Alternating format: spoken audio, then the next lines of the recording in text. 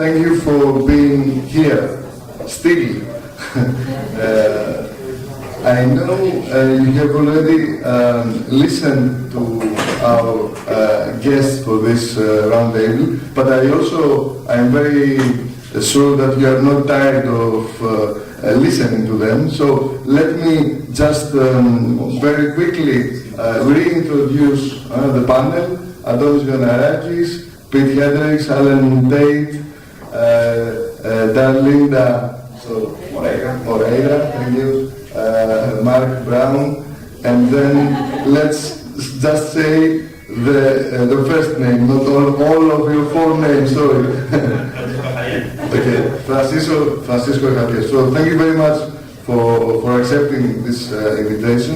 I would like to thank the organizing committee, Adonis, and the other persons, and Anna, of course.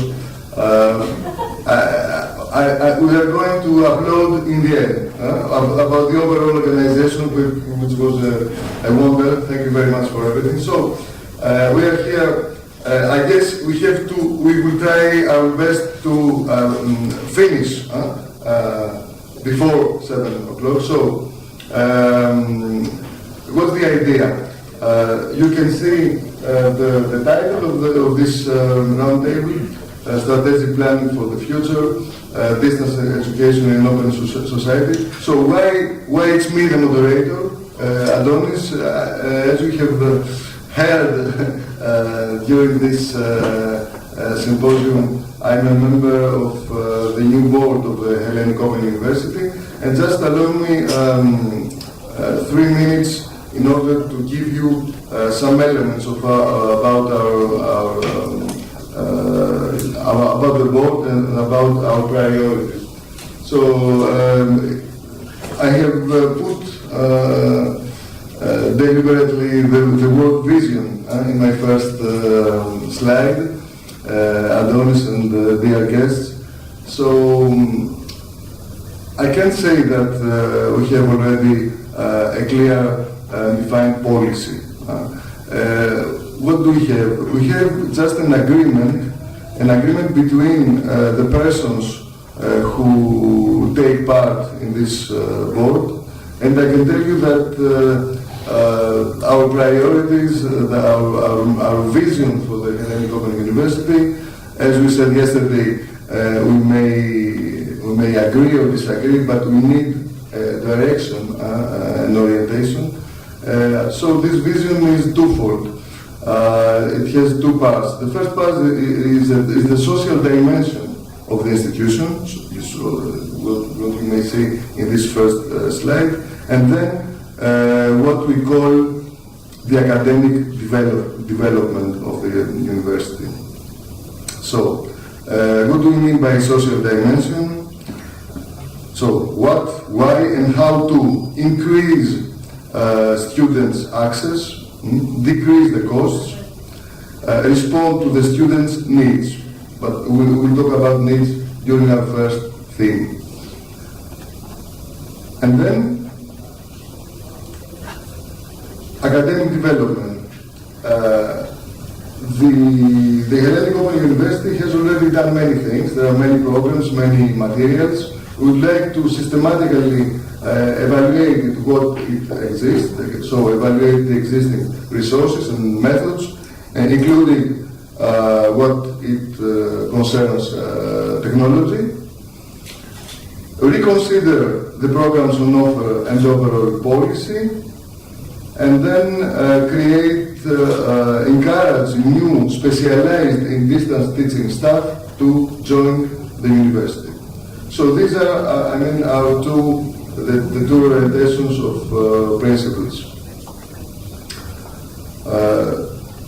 Where does the Hellenic University, the Hellenic Open University stands today? So I would like just to give you this my last slide, and it's something we heard from yesterday, a continuation of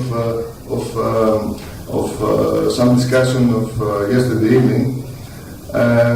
We didn't have the data yesterday, but we have them today about the completion rate in some indicative programs of our university. So we asked for data for one undergraduate and one postgraduate program from each of the three big schools of the university.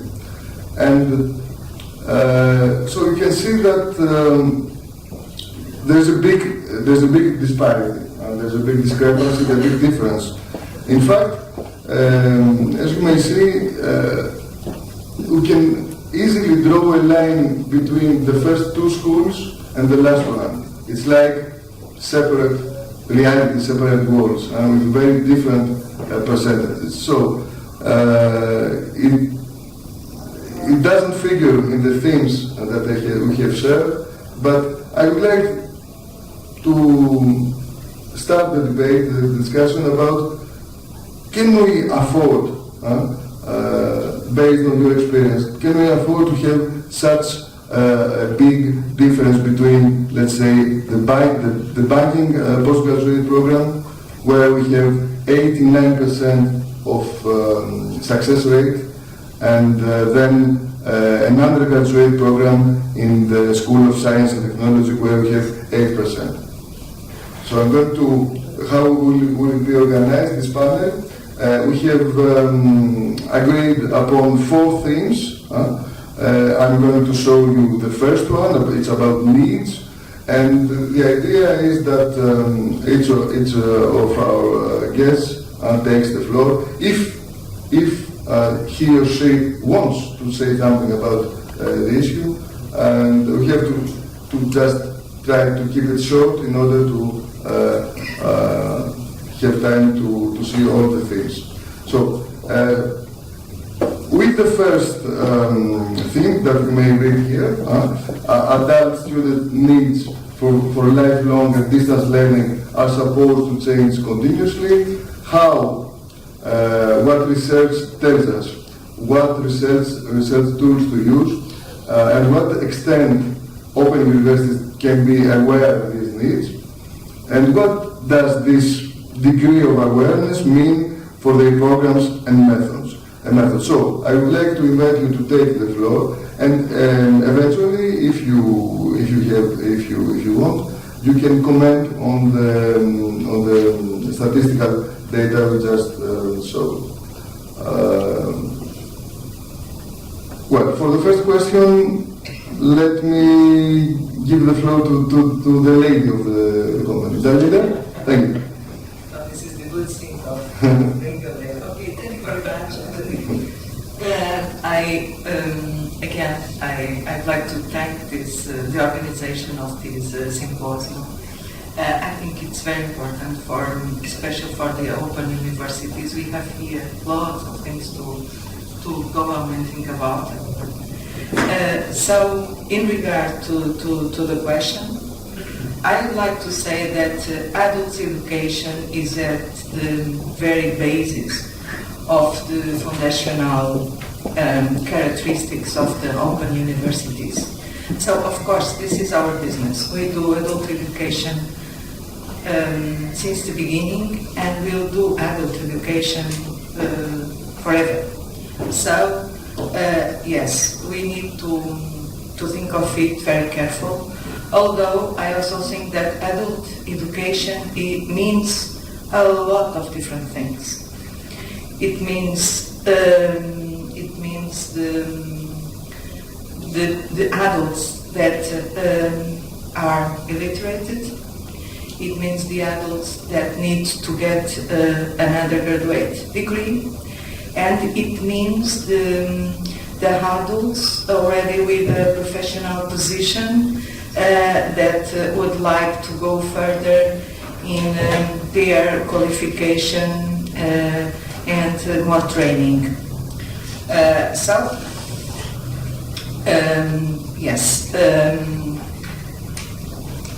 For instance, it also means that we need to think very careful about our population at the open universities. For instance, my graduate students they are not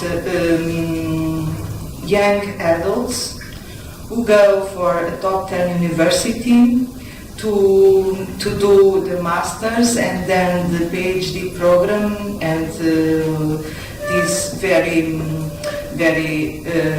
trajectory, very traditional trajectory. Now, my PhD students are persons that are already working, and they, when they go to the program, they have already ideas about the areas that they want to research about. So it's really a very challenge, and we need to think of them as persons that do applied research, and that are not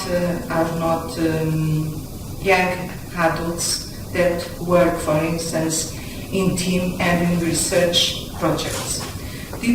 It poses for us a lot of different challenges and questions. For instance, how to organize research. For instance, they don't get grants to do research because they are already working and whatever. On the other hand, we have the adults educations that go for the university, and we Open University, we want to cope with the Age 2020 goals that needs to increase the rate of graduate adults to 40%. So yes, I mean, we should get these adults' needs in mind, in the first mind, and also we should press the politics to let us do our job in regard to adult education. Right, let's go left. Sure. In the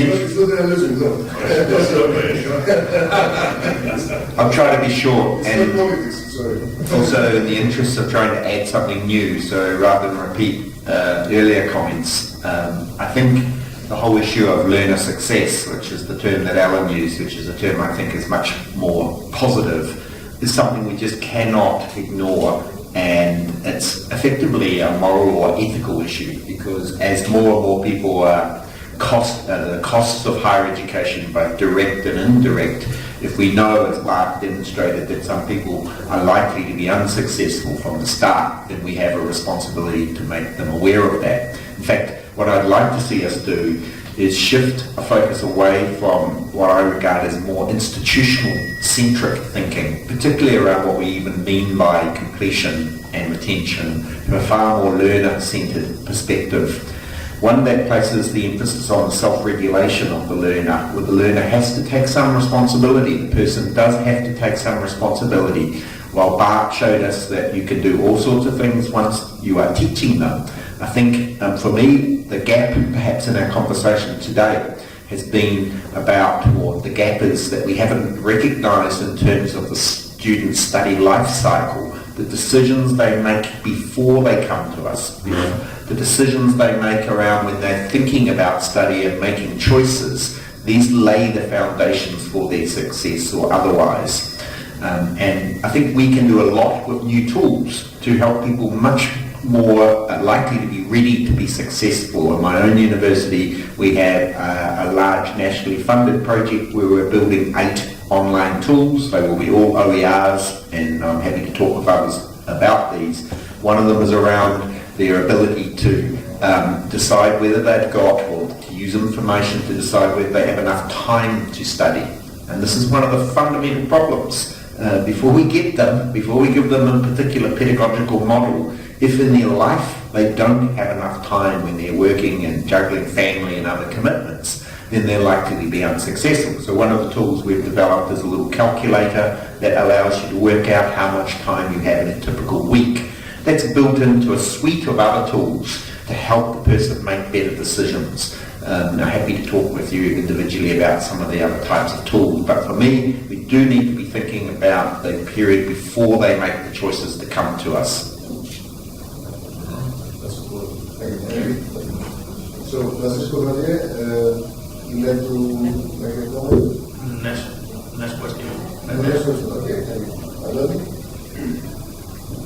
Does these disparities mean that we didn't really have this issue in mind? I mean, there was no policy, as you said yesterday. No? Well, I will say another story as I did yesterday, but very short, don't worry. Everybody likes this story. Yes, it's not a long story. It was after 3 years when I first met Alan Tate. Actually, he was my boss at the British Open University. Well, I was tutoring. I hope you didn't forget that. So, he was my boss. And it was in 1995 in Birmingham when I first met Lord Perry, the first Chancellor of the British Open University. And it was the beginning of our discussions here in Greece about the Hellenic Open University. We had many worries, many questions, what we will do, how we will do it, to what extent we have to do it. And I had a discussion with Lord Perry for about 10-15 minutes. And I told him how the situation is. And by that time the question was, will the Hellenic Open University will be an independent institution or will be an institution in a group of all universities of Greece? And of course Lord Perry turned to me and he said, don't dare to do that because this would be your grading. That would be the end. So universities couldn't survive, at least open universities, with I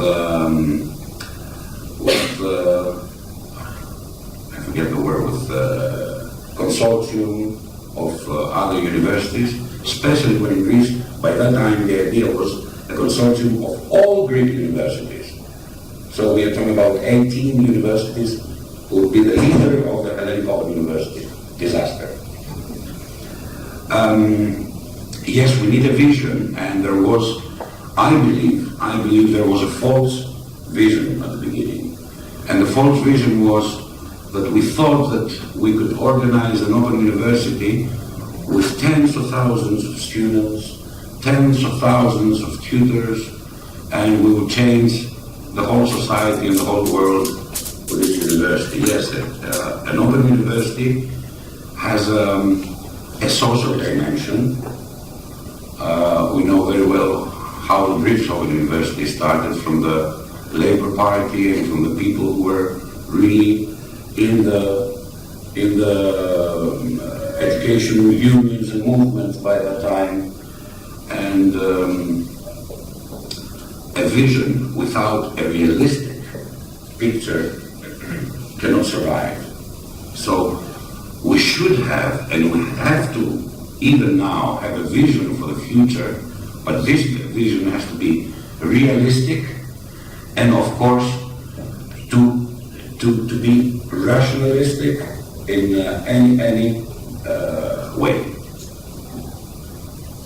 So I cannot say what should be done this moment, but I think this would be the main policy of tomorrow on for the Hellenic Open University. A vision for a university which is a social-based university with many ideas about how it supports the problematic and conservative system, and then a university which can be realistic and can follow a very rationalistic policy for the future. And this has to be defined. It's not an idea, it's not something abstract. So I think this is our business from tomorrow on. Or at the moment, your business from tomorrow on. Well, that's our business. I mean, hopefully.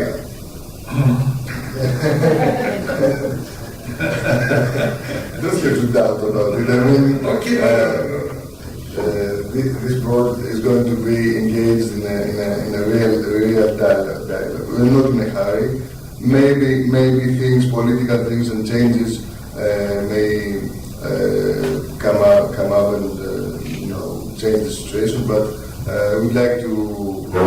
We don't want to lose time, but we are not in a hurry, and this will happen by the dialogue of every factor involved, and I also mean the students too. So, Pete, would you like to? Yes, I can comment shortly. So first about success ratios. So in the Netherlands, the Dutch problem is at 10. I am on the campus. I have an office on that campus. We have also the problem of dropouts and failure, and they were very flexible.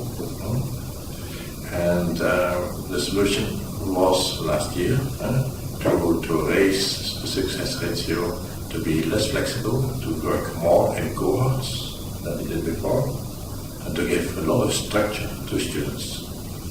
So structure by calling them, by structuring learning activities which were mandatory, and so on and so on and so on. Structure is very important, and the success ratio has raised with 20%, 30% sometimes, which is enormous, which is really enormous. So that about success ratios. Then about adult learners' needs. So I think our universities, including the Open universities, are very much supply-driven, not so much demand-driven. And I don't know if you can change that, because our programs are academic programs, and they follow an academic logics. But nevertheless, I think you can do something, and every staff has to do something on the course level. Everybody is teaching. And teaching means, in the perception of students, that you facilitate learning. And we did some research on this a long time ago, but I think students changed not that much. So teaching must be relevant, your course must be relevant, so that students can be motivated to study your course. If it is not relevant, they will not study your course of the day. It becomes difficult. They lack the motivation. You have to strengthen your students. Strengthen your students by giving structure to your course. In an online course, it's perhaps easier. But also by stimulating deep level thinking. It's a Scandinavian concept actually. Deep level thinking, perhaps that's not so easy with online teaching and learning. And so we should reflect on that. And activating the students really.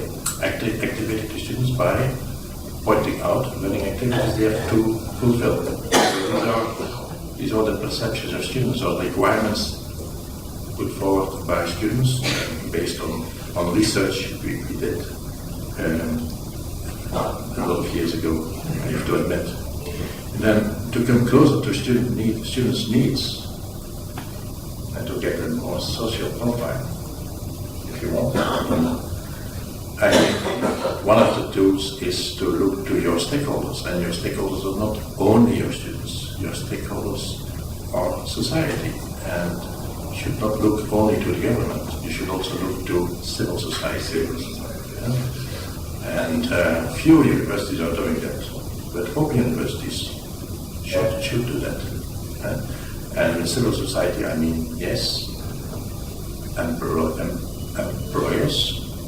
That's really politically spoken very correct nowadays. The framework of the policies of the European Commission, for example, is all about employers, employability, cooperation with business and so on, but also with employees, also consult and trade unions. So not just employees, I would say the social partners at large. Civil society is also social organizations, cultural organizations. Should not ask all of them, but it's your choice as a university to look to these organizations which have really a meaning in society, which have really an impact in society, in the Greek society. I think that will be very useful to come closer to the needs.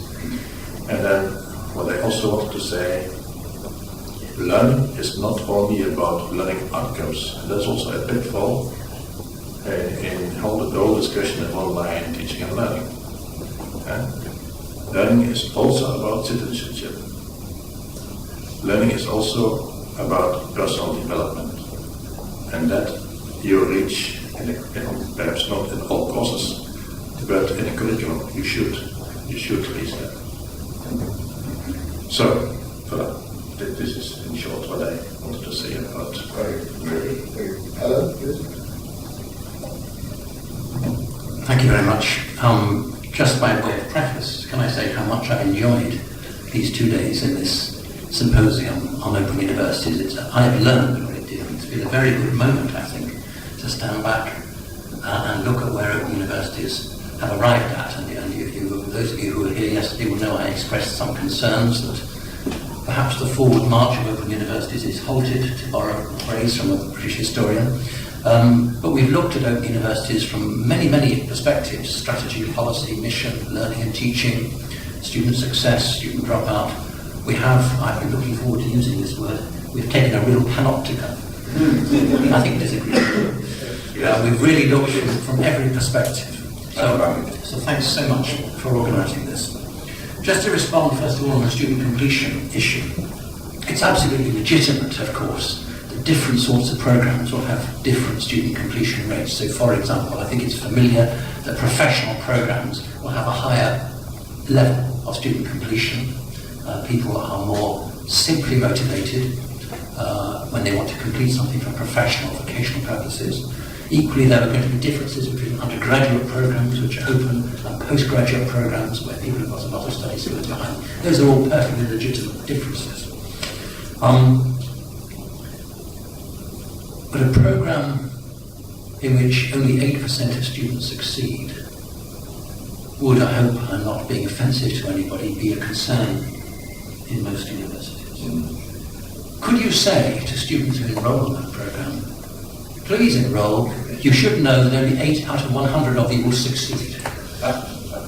And if you can't say that, what is it you're trying to hide? Because an open university should surely be transparent with its students.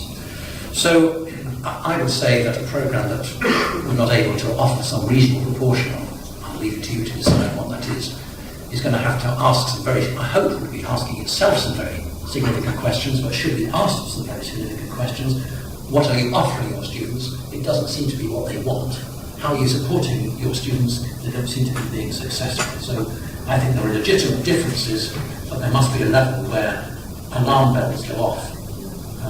And if you can't share the reality of that with your students, you have to ask yourself why it is. What are we trying to hide? What are we trying to cover up here? So that on student completion. And I would last like to say that that report by ICDE on student success, I think, provides a very good short summary of how to organise student strategies for student success in our field of work.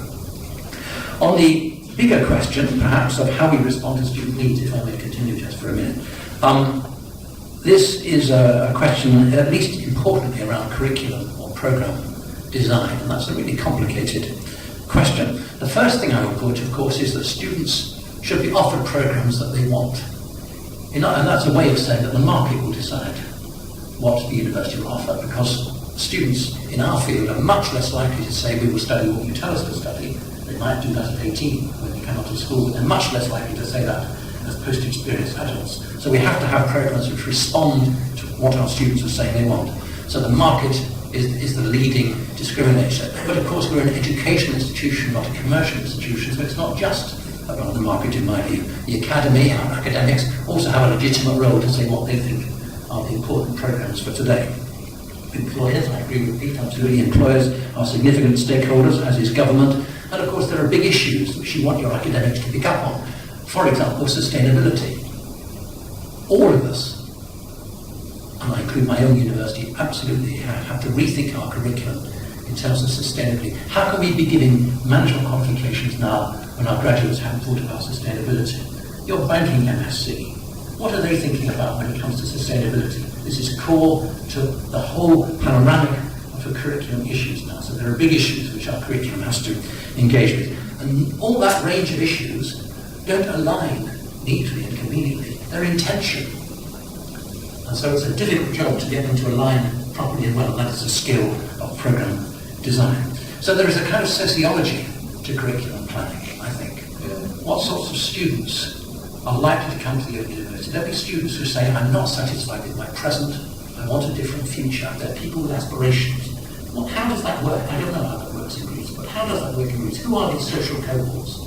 I'll just tell you briefly, if I may, by way of finishing, that when I was responsible for my own university's curriculum overall as a Pro-Vice-Chancellor, we brought in two programs, which I was very pleased with, when we studied the sociology of who our students might be. One was in retail management. Retail at undergraduate level. Retail is a huge occupational area in the UK, perhaps in Greece also. It's an area where people have low education qualifications. But if you have able and energetic people, they can make their way a long way in that industry. So it's very appealing for people in that industry. You might say, why don't you do your education at university in history or in chemistry? What about doing it in retail? Oh, yeah, that's what I work in. I'm interested in retail. And we found this a very popular and positive program. And that was a sociological insight. What sort of people might want to study with us and what might they want to study? Equally, the same principle applied in a new program in sport. Very popular, non-elite subject area. We found a big response to people saying, yeah, I would like to study sport.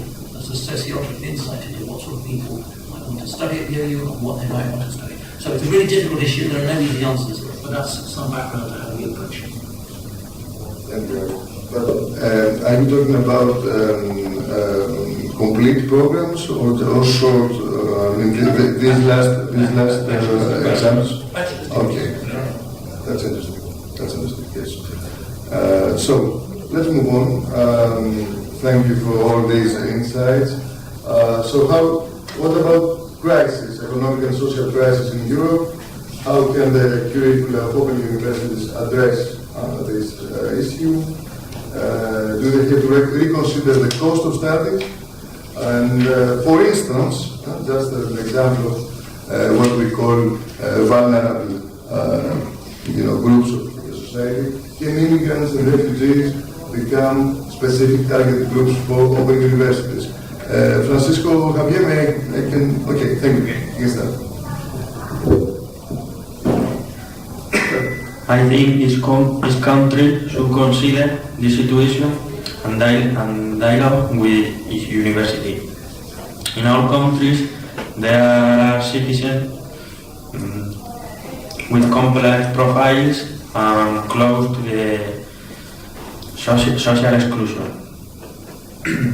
Therefore, in my opinion, these new profiles, that's it, the immigrants and refugees, have to be also considered as they need that the open and distant university give an answer to their needs. This university already offers open and free learning. For example, the MOOCs. Then it's the possibility. Also, it is important to reconsider the traditional curriculums and design them in order to do them modular and interdisciplinary, in a modular and interdisciplinary form. It could reduce the cost. Let's go right now. So Mark, let's do the other way. Thank you. So I'm going to be in danger of repeating myself, but I think the first thing that you have to do is tell the story and tell it more effectively and more loudly and more clearly about the contribution that open universities already make and the contribution socially, culturally, environmentally, but economically. And so I'm really repeating much of what I said yesterday. Without that evidence, it's very hard to convincingly tell that story and have how politicians and policymakers support the work, both in spirit as well as in funding, if you like. But I thought Ellen's response to the last question gave a very good practical, and I hope I'm not stealing your thunder, Ellen, since you've already said that there are some strategic opportunities that I think you should be looking at. And in some respects, you can't predict the future, but where are the needs? Where are the graduates likely to be? So if I add another one, the area of data analytics is a huge field. My own university is introducing an undergraduate degree working in hand with industry. So we've actually brought industry partners in to help us shape the curriculum. And in this case, they're actually wanting to retrain or re-educate their employees. They've got people without the qualifications. So here, learning whilst they're earning is part of their requirements because they just cannot afford to lose them. And this is very much the case at postgraduate as well, and I was very impressed to see the number of postgraduate students in proportion to undergrads, because I think that's very much the situation, that those are the students who just cannot afford for various reasons, not only personally but for the time away from their work. But that's probably enough for me.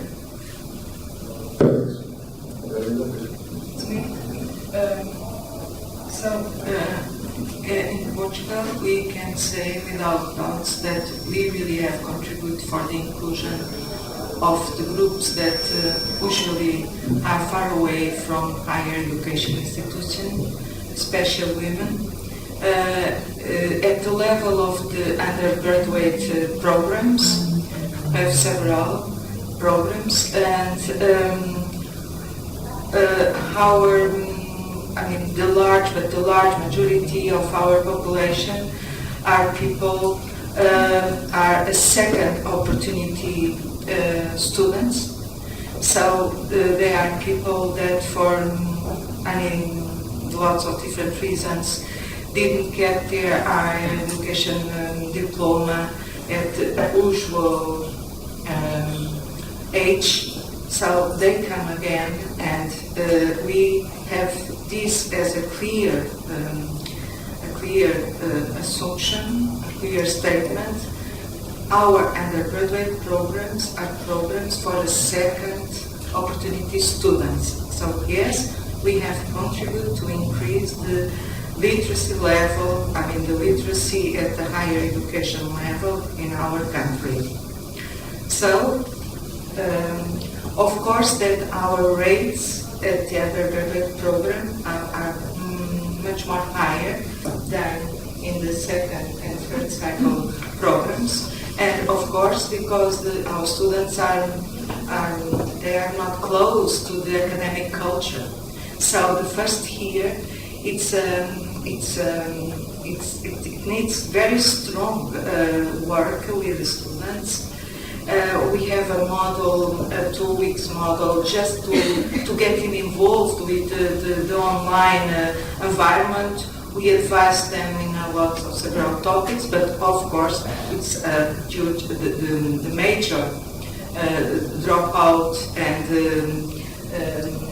successful rates are in the first year of the undergraduate programs. The other issue, can immigrants and refugees become specific target groups for us? Of course they are. Of course they are. But I think we should keep in mind the realistic vision that Anthony spoke about. And they are in our open education universities specific mind, but they also are in the other universities specific minds, because we universities, we are all in the business of education, and the other universities, they also recognize that refugees and immigrant groups are specific groups that need to be worked out in relation to materials, language, culture, technology, whatsoever. So, yes, they are. I think that they have specific groups for us that we need to develop work with them. But also, I think we should keep in mind that the other universities also have these groups as a special mind. But just to finish, in distance education, we really have a tradition to work with refugees. I looked at, I was doing research, and there is publication about programs in distance education programs for the refugees since the 80s. So I think we should we should keep this tradition, we should appropriate this tradition and call it for us. That is my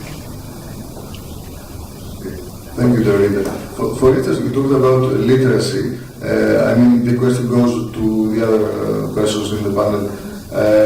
A university providing a literacy course in Portuguese, for instance,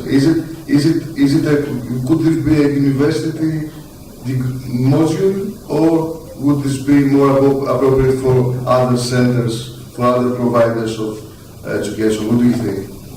I mean, can we maintain a university? I mean, as you know, you understand? Well, there is that ranking of courses that the European Commission did to us. Okay. Yeah, qualification. So yes, we can have literacy courses that are not in the upper level.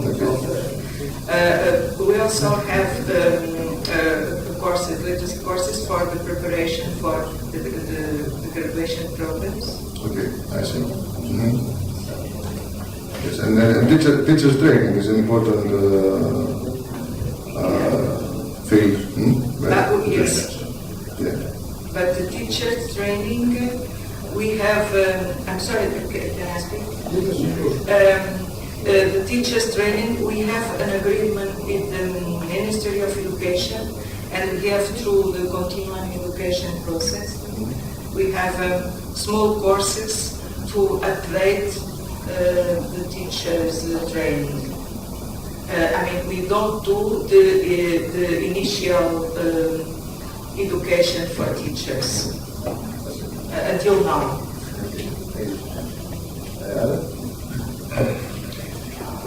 Thank you. I want to say a number of things which might appear to contradict themselves. There we go. The first thing to say about refugees is that we shouldn't overlook the fact that many of these are highly educated people already.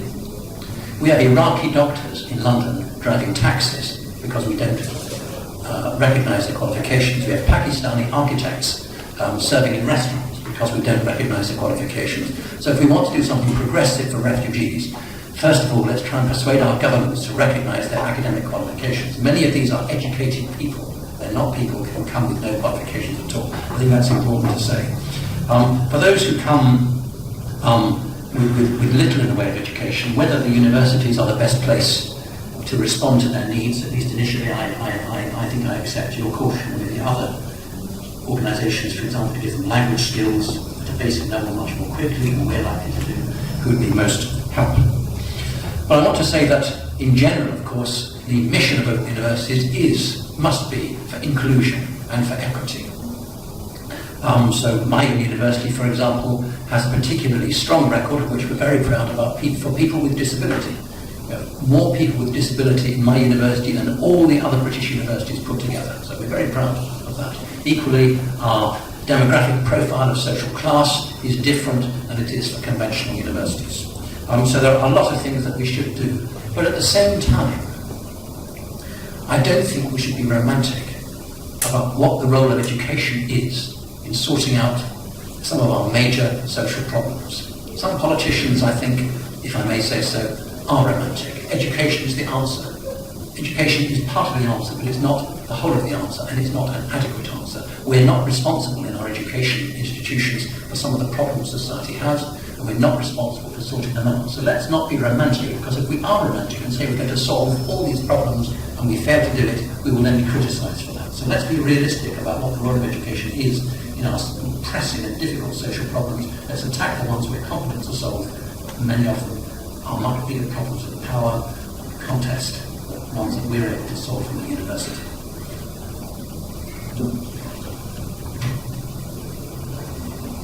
After this lesson of realism, do the same name, Antonis and Yes, I think so. Yes. We can see the relationship between the boss and the employee. It's the other way around, reversed. I get it. Yeah. So fighting against the crisis and the economic and social crisis. So again, going back on what I said already, you can't do that without stakeholders, and in this case with social partners. Be as close as possible with them. They are also your support in the development and delivery of programs which are appropriate for them. And so yesterday I told also something already about short learning programs. Also, short learning programs, that means courses, programs in the UK sometimes from 5 ECTS to 60 ECTS with different awards, going from awards to certificates and diplomas on different levels, from foundation degree up to master and even doctoral degree level. So that's important, and perhaps you will join us in April in Brussels on a summit with the European Commission about this.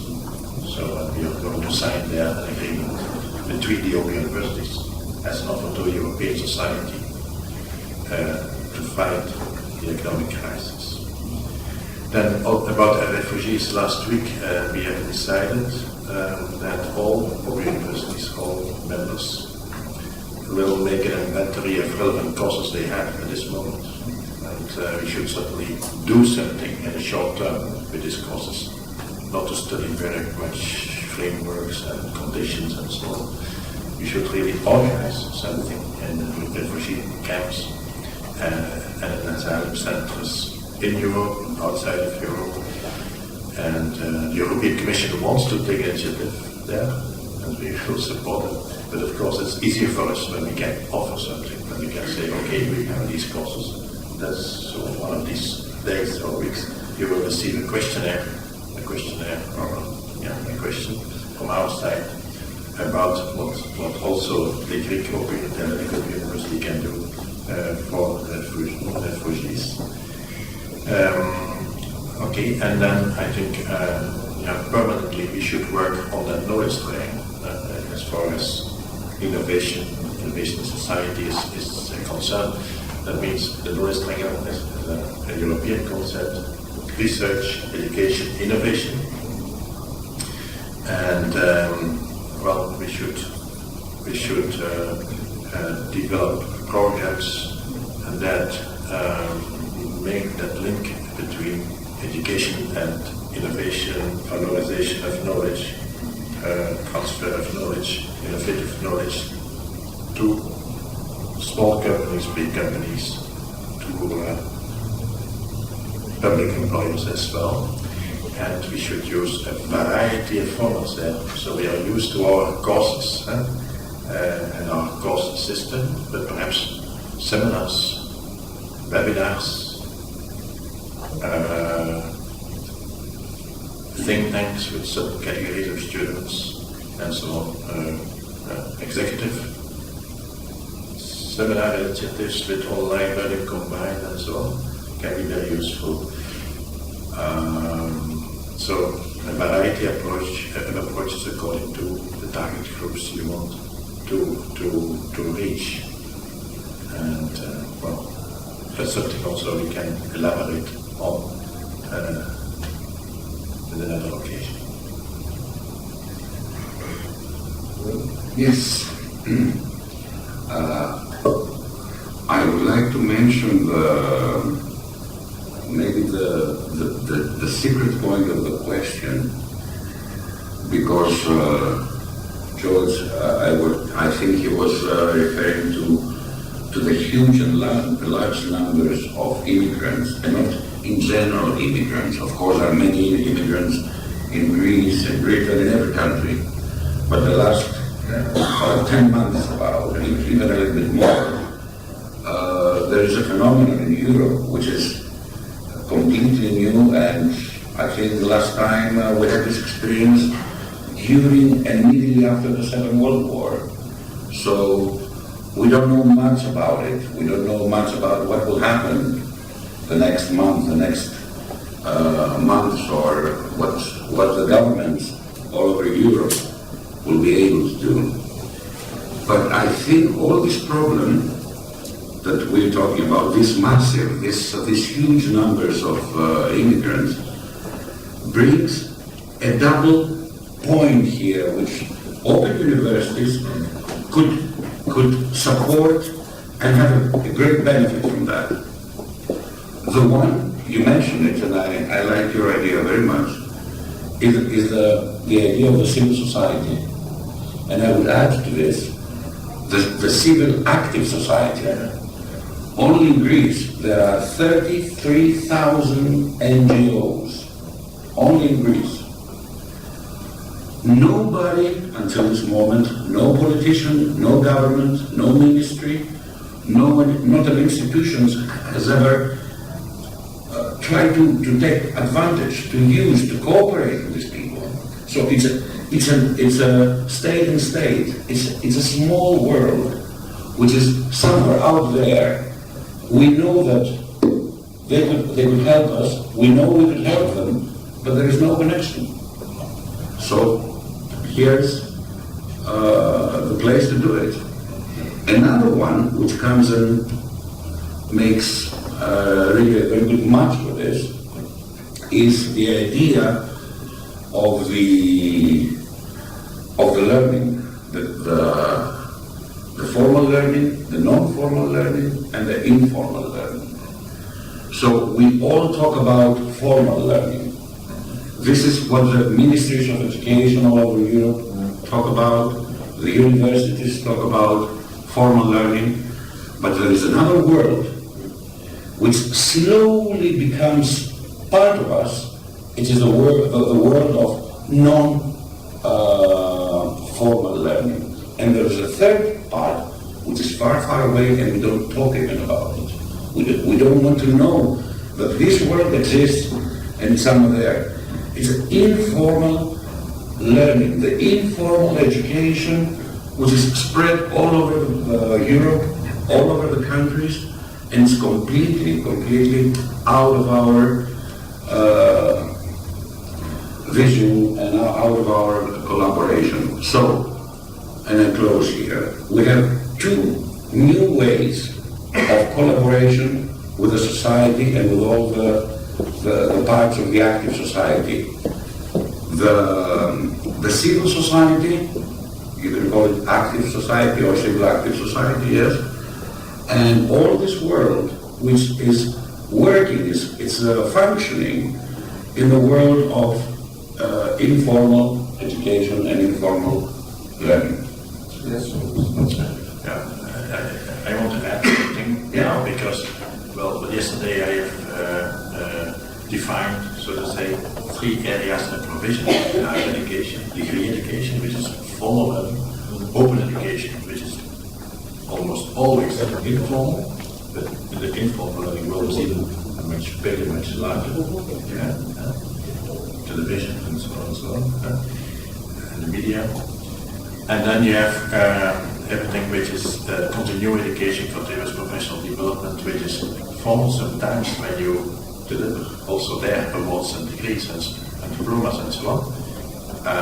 But there's also many times non-formal, with non-degree programs, and just fighting against the economic and social crisis. That's why I say you should look to a variety of formats responding to different segments in that market. You have people who are leading a small company or in retailing, or you have all kinds of professionals and so on. Teachers, teacher training, for example. Different formats are required, and your format should be tuned to the characteristics of your different segments, your target groups, especially in the context of continuous education, continuous professional development. And there, and at the end, this has to be at least self-supporting, or, well, non-profit making, I would say. You're a non-profit organization, but nevertheless, the business model for distance education you should see as a whole. You have these 3 areas of provision, and as a whole, you should be self-supporting at least. But open education doesn't deliver you a benefit in absolute terms. Degree education is, let's say, break-even at best case, and then the only place where you can gain some benefit, financial benefit, is continuing education for your professional development. But But we agree that profit cannot be the top priority. That's why I say non-profit. Alan wants to make a comment. Yes. Just to say a little bit more, I'm so pleased that Adonis has mentioned the issue of informal learning. We have to be modest about what our role is in society. There's far more informal learning going on than within our own institutions, and yet we pay no interest to it at all. It's been enabled by the digital technologies of the last 20 years, and we talked about this a little bit yesterday, about the fact that people everywhere are going around with their screens in front of them. They don't talk to each other anymore in the face-to-face sense. And they're doing two things primarily. They're looking for information on their phones and on their tablets, and they're communicating with people who aren't there. They're communicating with people elsewhere. And there's a huge amount of informal learning going on. And we must make it relevant to our purposes. And so the sort of presentation that Dr. Breivik gave about the sorts of technologies she's using, these are not optional for us. These are absolute necessity in this time if we want to align ourselves with where learning is happening in our society. Fine. So, as you may see, it's already 7 o'clock. We have 2 themes, but I am glad to say that as these themes were formulated before the symposium, there are already many contributions and many insights about. So it's about digital cultures and MOOCs, and then the fact that there aren't only exclusively distance universities, teaching universities, and the issue of collaboration. So I guess I suggest we can make a last turn of the table. If you want to comment on either or both these issues, who are kind of related together, and then come to a conclusion. So, Pete, would you like to start? Thank you. So first about MOOCs, and I would say, I will be very short, just very schematic. So discover or explore to what question in Greek society MOOCs are an answer. And in Greek society, internationally, it's always an answer, of course.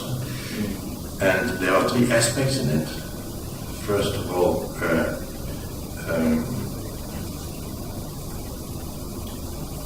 what's the role of MOOCs in open education? What's the role in continuing education? And perhaps also in degree education. So that's the most important what I want to say about MOOCs. The 3 aspects are delivery, development, and you develop MOOCs, you have a kind of design theory for MOOCs. We have practice in MOOCs development. The other thing is the delivery of MOOCs, and there you have a platform. And the question is here, do you want to develop leadership in Greece with regard to the delivery of MOOCs as a national structure for delivering informal education and non-formal education? That's MOOCs. Well, you have to think about it. And, well, you can find a business model for delivery, perhaps not for development, but for delivery in collaboration with the other universities. You can perhaps do so. Voilà. About conventional universities and open universities. Well, I am convinced that open universities have their own market, their own target groups. It's not about technology. It's about reaching your target groups, which are different from the target groups of conventional universities. Conventional universities are interested in teaching the mainstream, 18 to 25, and in research. And they can permit themselves even to be selective there. If you look at MIT, for example, I quote MIT here saying, okay, no, MOOCs is not our primary interest. Our primary interest is teaching and doing research. And, well, it's more about target groups. And also, blended education is not the same as distance education. So the experiments with the flipped classroom, I have seen these flipped classrooms are unsuitable for distance education. So because these components of online education and face-to-face education, they fit together. You can only imagine them if they are taught together, and they are not self-sustaining. You can't give the online part for distance education. It's impossible. The opposite is true. You can organize conventional education with your courses. And so I have seen universities where they had a dual mode system, and they tried indeed to teach distance students with online components of their on-campus programs, and they failed. But if they want to make progress, they should start with developing courses for distance education, and these courses they can use on campus as well. That's the right way for such a university, not the opposite. So no danger for universities. Okay, who wants to be next? Please. Francisco, maybe? Yes. Okay, thank you. I try. In my opinion, free MOOCs don't constitute a threat for open and distance university. Usually the participants of these course are not people with no other access to higher education, but a person with a bachelor degree and a full-time job. In addition, a basic MOOC is a great thing for the top 5% of the students, but not for the rest, bottom 90%. Anyway, I think that it could be a good option to integrate the books in the curriculum. For example, some modules or some material of activity. It could be a good opportunity to improve the university learning. That's all. Thank you. Yes, and then Mark. Well, I'm very rapid because I'm not excited about MOOCs. So I think that MOOCs are educative phenomenon of this global culture, so that what is big is important, and the opposite is also true. And I am much more in the opposite side. I mean, the spot is small. So no, I think that MOOCs it is similar with those face-to-face educational environments where there is an amphitheater and there is a teacher that speaks for 400 students, and we pass our notes from a student to another student. So it has a wall, it has a place. We can do open things with the MOOCs, but I'm not excited. I'm really not excited with that. Perhaps I'll contrast back and say I am excited. I think MOOCs offer us a gift in terms of raising the education agenda, the opportunities that we can bring education, mass education, to many more people. Alan has given us the Sustainable Development Goals, just the sheer number of people that will need to or have a demand for education. I think the OECD, that's the Organisation for Education and Cooperative Development, estimate that by 2025, 350 million, I think I'm right in saying, people will be wanting higher education. It's about 270, 260 now.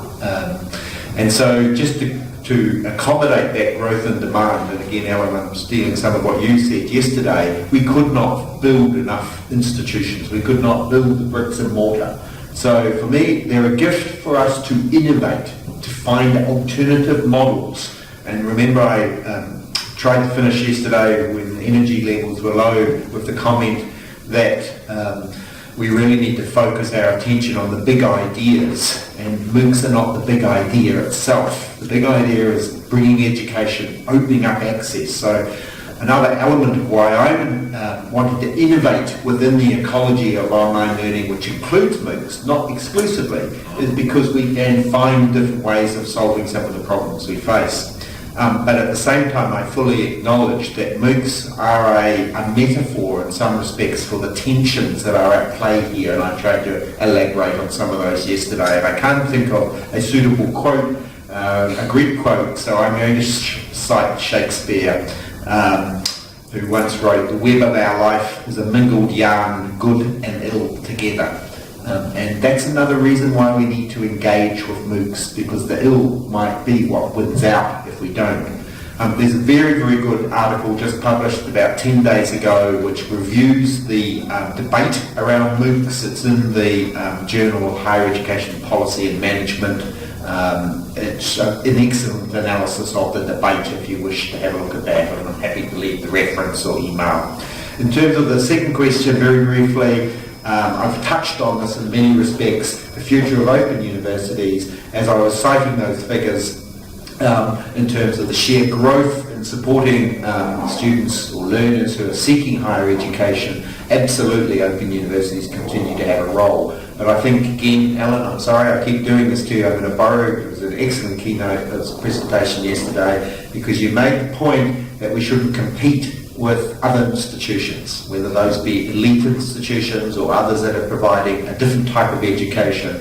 So deep in the DNA, if that expression translates, open universities have a mission of access, providing opportunities for a particular group of students, and I'd be very concerned if you lost sight of that. And I think that's the important thing to retain. But we will also need to evolve. We can't rest on our laurels.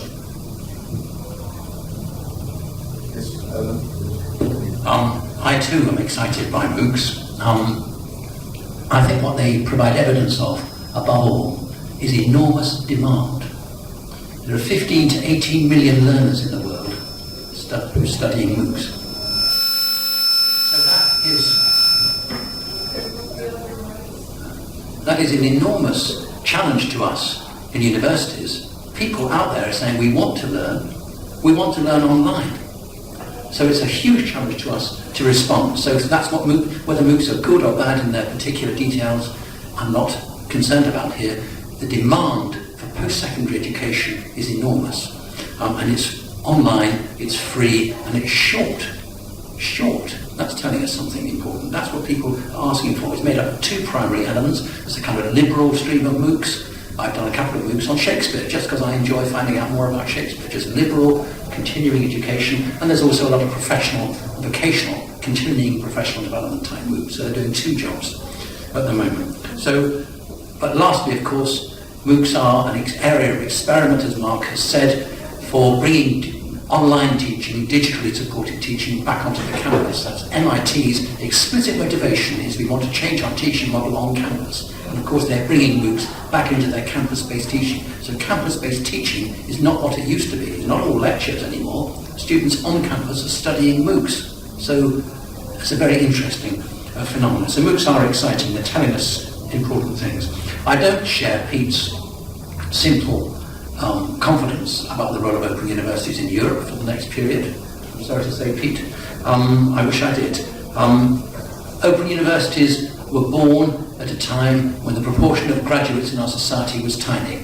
The Open University in my country, 6% of our population were graduates. We're now moving with European countries to having 50 to 60% of their population graduates. So where is this huge pool of unsatisfied, eager people who've been excluded from higher education before?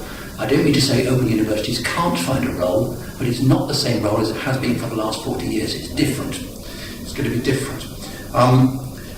Open universities are also, in my view, and this is learned from bitter experience in England, dependent on, if you like, a social democratic vision that the cost of education for adult students is shared by the state. If you'd asked me 10 years ago, was it possible that students in England would be paying £9,000 per year for their study? And I said, no, that will never happen. But it's happened to us.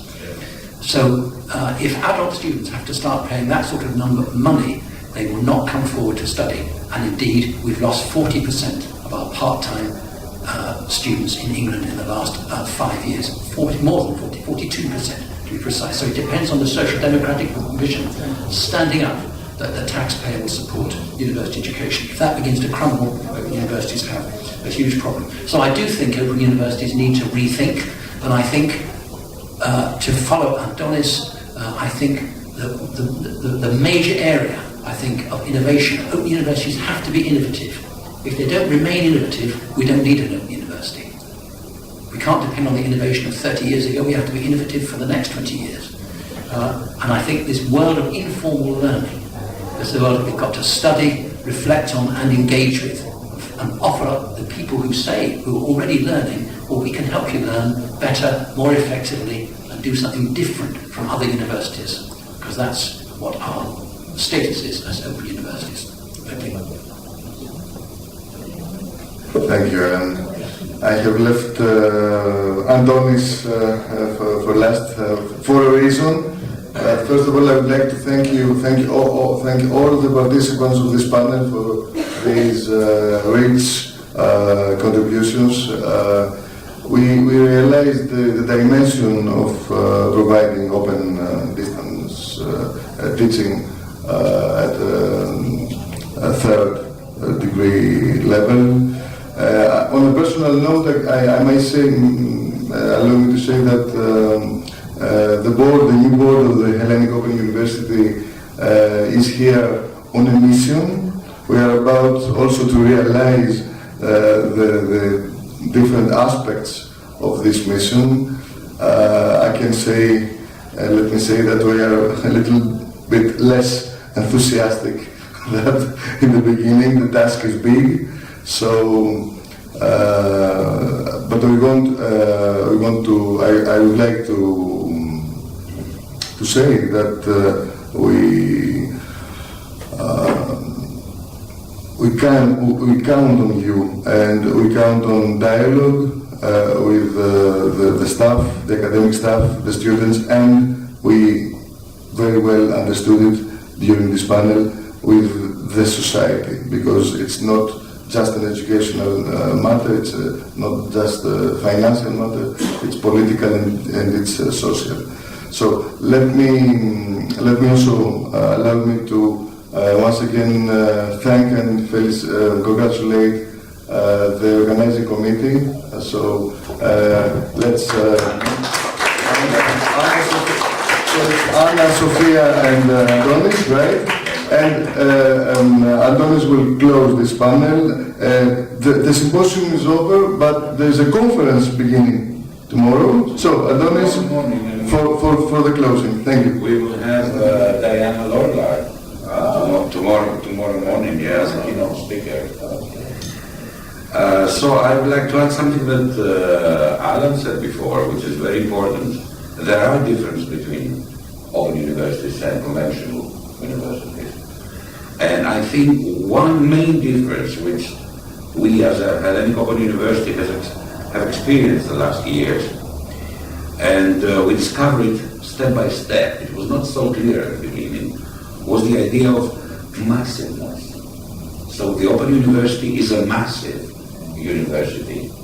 When you do something academic, organizational, or administrative, you know that this something will influence not 50 students, not 20 students, but perhaps 1,500 students. So everything is massive. And this changes a little bit the conditions of our work. We have to be more careful.